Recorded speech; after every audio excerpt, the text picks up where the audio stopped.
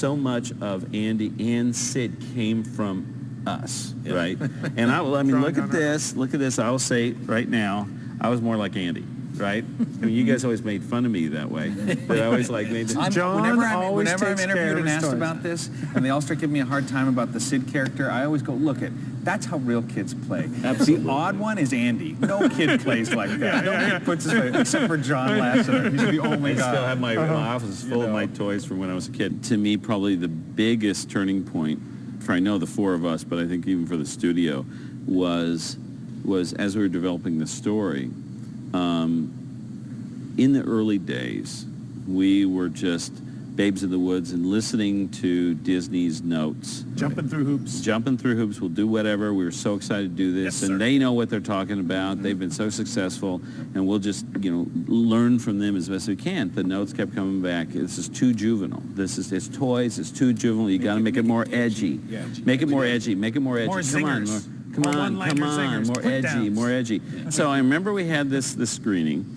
And we had hired Randy Newman, and he came to the screening, and he was like, boy, that's a train wreck, We fell into the four of us when we would be boarding stuff and trying to hash things out, where we just loved to argue. I think we kind of scared people because we would get so loud and we'd get in each other's faces. Us would never do that. And people would think we hated each other, but the truth is that we were actually hoping we'd be proven wrong. It's like there was such desire to get the answer. Mm-hmm. And it was such an infectious thing. I mean, I just couldn't wait to get back to work the next day and get into that setting. I'll never forget the screening, and of course the executives at Disney were really expecting, what could they have done? And they were like stunned. And Tom Schumacher, to this day sort of says that he's never seen that in history, that's something to be turned around so... I remember Chris Montan turning around during the middle of it going, what did you guys take, funny pills? I remember being at a party full of young adults, and I heard people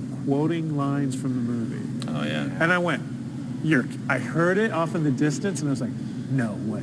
Hey!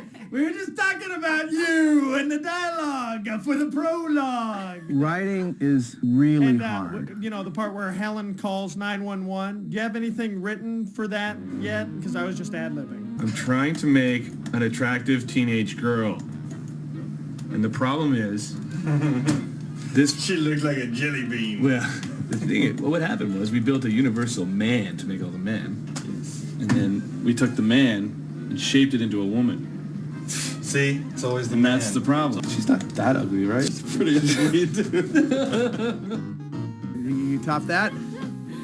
Okay, ready? That is not what we're doing. Well, you're throwing potted soil on our fat guy, and no one has ever argued with the fat guy. Here at Pixar, we do everything absolutely perfect the first time. Now, John, I think you should tell the truth. Why? Because it's the super genius version. Come on, we need some filler. All right. Okay, so you're like this really panicked little chicken fish. And you see Nemo swimming out all the way, and you just go, just whatever comes to mind, Kathy, whatever comes to your mind, that's what you think that character would be. Just shut it out. Just let it out. Oh my gosh! Nemo's swimming out the sea! Yes! Yay! I think we'll use that. The kind of verve that we've shown here today should be in all of these reviews. The quick gathering of material, the chutzpah, the moving forward, getting this stuff done. This is John summing it up for all of us. Feeling and push through the rest of the show. Just cut it to 11. Well, it's big. This is a 40-second gap in the DVD that I have no idea how to fill it. And so I was just going to sort of waste your time and keep talking until the 40-second gap is filled up and it gets to the next interesting point. And that's how we do these things on DVDs. So actually I'm at 25 seconds now, so I have to kind of keep talking until it gets to 40 seconds. You guys can even count with me. So now we're at 31, 32. Isn't this fascinating? This is probably the only time on the disc I had to do this. Fleeby, no! The parking lot is much too busy!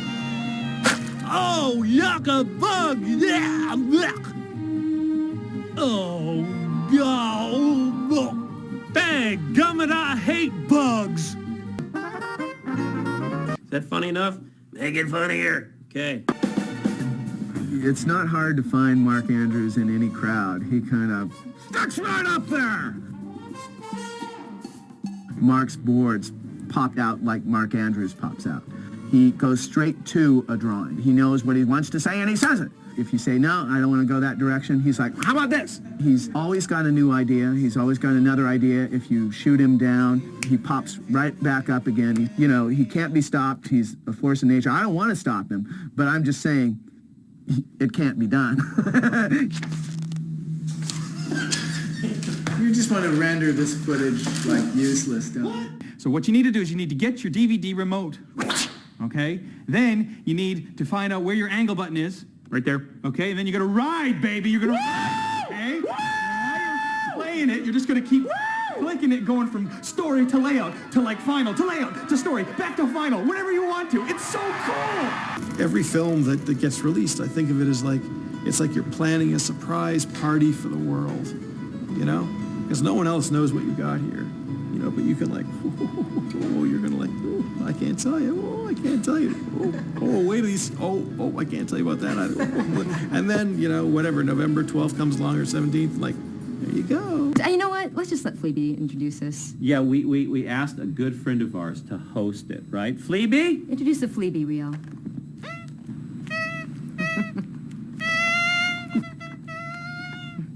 I think that says it all. Yeah, well said, Fleabee. Nice. I think you said it perfectly. A lot of people don't realize that seagulls actually speak in other languages than English. Mine. Come. There's too much of it, darling. Too much. Boop, boop, boop, boop, boop. Like that. So that we have white all the way around the pupils. Eyebrows going like this. Yeah. And then kind of, yeah! So it's like, then we cut. To be in midlife in springtime. If you repress, you depress, darling. To impress, you must express. This is not the latest fashion. This is the earliest fashion. It will be the latest fashion a year from now. Linguini says, hey, how you doing? You're feeling kind of chefy today, huh? And that's literally me at that point in the process because I didn't know anything about this world. And so it was easy for me to write a clueless cooking guy because that's exactly what I was. On a project such as Bugs, eventually our crew is able to think and act as if they too were insects themselves. If I did what they were doing, I'd be going, hey, I just made a miracle happen. Come on, little respect here. But these guys are quiet and they just, they make these films absolutely possible.